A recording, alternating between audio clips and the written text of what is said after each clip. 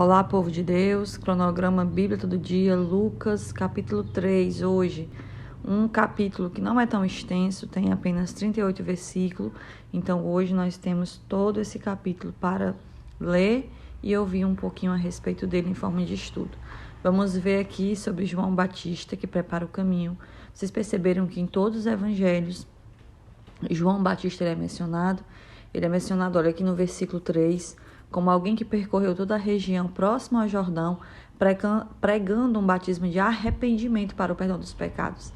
Ou seja, ele deu início à mensagem que depois Jesus também viria pregar. Por isso que ele veio antes de Jesus, ele veio preparar o caminho. Tá bem? Quanto mais nós lemos os evangelhos, nós estamos no terceiro. Então, nós vamos entendendo a missão de João Batista. Ele clamava no deserto para que as pessoas endireitassem os seus caminhos, tá? E aí no versículo 6 diz assim: toda a humanidade verá a salvação de Deus. A salvação de Deus vinha através de Jesus Cristo. E João dizia às multidões, versículo 7, que saíam para ser batizadas por ele, raça de víboras, quem lhes deu a ideia de fugir da ira que se aproxima? Veja que João Batista era um homem destemido. Vejam que João Batista ele não tinha medo de pregar a verdade, não tinha medo de confrontar. Ele chamou as pessoas de raça de víboras, ou seja, pessoas falsas, víboras, venenosas, ou seja, acusou o pecado das pessoas. Tanto é que por isso que nós dizemos, e a Bíblia mesmo confirma isso, que João Batista veio no poder de Elias. Elias, ele confrontou, o rei daquela época, a esposa do rei daquela época, rei Acabe, a sua esposa. Ele não teve medo de pregar a verdade, ele pregou, ele foi perseguido, ele sofreu, mas ele não se calou, e assim também foi João Batista. E ele disse no versículo 8 aqui: deem frutos que mostrem o arrependimento. A verdade. Então ali nós vamos ver aqui mais uma vez a mensagem de João Batista. Vamos ver no versículo 12 que alguns publicanos, vieram também para ser batizados, ou seja, se arrependeram. E eles perguntavam: mestre, o que nós devemos fazer? E ele dizia: não cobrem nada além do que lhes foi estipulado. O publicano, nós vamos ver que Mateus, que foi um dos discípulos de Jesus, ele era publicano e Jesus o chamou para caminhar com ele. Já expliquei para vocês que o publicano era aquele que cobrava impostos, cobrava impostos do povo ali. E Mateus, no caso de Mateus ele não era romano, ele era israelita, ele era judeu e ali cobrava do seu próprio povo, por isso que as pessoas tinham raiva de Mateus. Tá bom? Os soldados também, nós vamos ver que alguns soldados perguntaram o que nós devemos fazer, Por quê? Porque João Batista estava dizendo: se arrependam, mudem de vida, mudem de direção.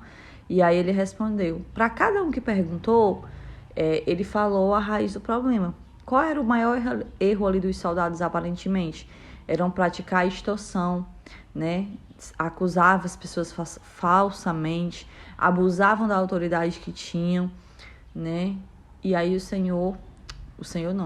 João Batista falou também que eles deveriam mudar as suas posições, o que eles faziam, no sentido de que eles poderiam exercer a função de soldado, mas de uma forma correta. E aí ele disse no versículo 16 que batizava com água, mas alguém mais poderoso do que ele viria, que era o próprio Jesus. Amadas e amados, Lucas aqui está bem até agora, assim, a gente vê que é um texto bem limpo, é um texto assim que dá para você entender, que dá para você compreender, principalmente porque nós já estudamos 2 outros evangelhos, então outras explicações, já foram dentro do que nós estamos lendo hoje. E versículo 19 e 20 vai falar sobre quando João Batista, porque assim, muitos ouviram João Batista e se arrependeram e mudaram de vida. Mas nós vamos ver aqui, no caso do versículo 19 e 20, que quando João repreendeu Herodes, o tetrarca, por causa de Herodias, mulher do próprio irmão, Herodes estava com a mulher do próprio irmão, era pecado, era erro, e João Batista não escondeu que era erro porque ele era autoridade. Não, João Batista não se calou. E aí, falou, olha, por todas as outras coisas, ou seja, existiam outras coisas também erradas. E aí Herodes acrescentou a todas elas a de colocar João na prisão. Nós vamos ver que tanto Herodes como Herodias, eles se incomodaram e desejaram que João Batista fosse preso para abafar, calar ali o que João Batista falava, que era nada mais, nada menos que a verdade. Depois, nós vamos ver sobre o batismo de Jesus, né? Jesus, ele veio ao povo, veio a João Batista como o povo estava vindo, foi batizado. E Lucas aqui ele é mais direto, ele é mais rápido, né? Ele não conta tantos detalhes a respeito do batismo de Jesus, mas ele diz, né, o principal, que Jesus estava sendo batizado e o céu se abriu, o Espírito Santo desceu sobre ele em forma corpórea como pomba, então veio do céu uma voz que disse: Tu és o meu filho amado, em ti me agrado. Ou seja, por mais que Lucas tenha sido bem direto no falar sobre essa situação, sobre esse momento, mas ele não deixou de falar as principais coisas, que foi a descida do Espírito Santo sobre Jesus e a confirmação do Pai sobre o Filho, né? Este é o meu Filho amado. E nós vamos ver sobre a genealogia de Jesus, como eu falo para vocês.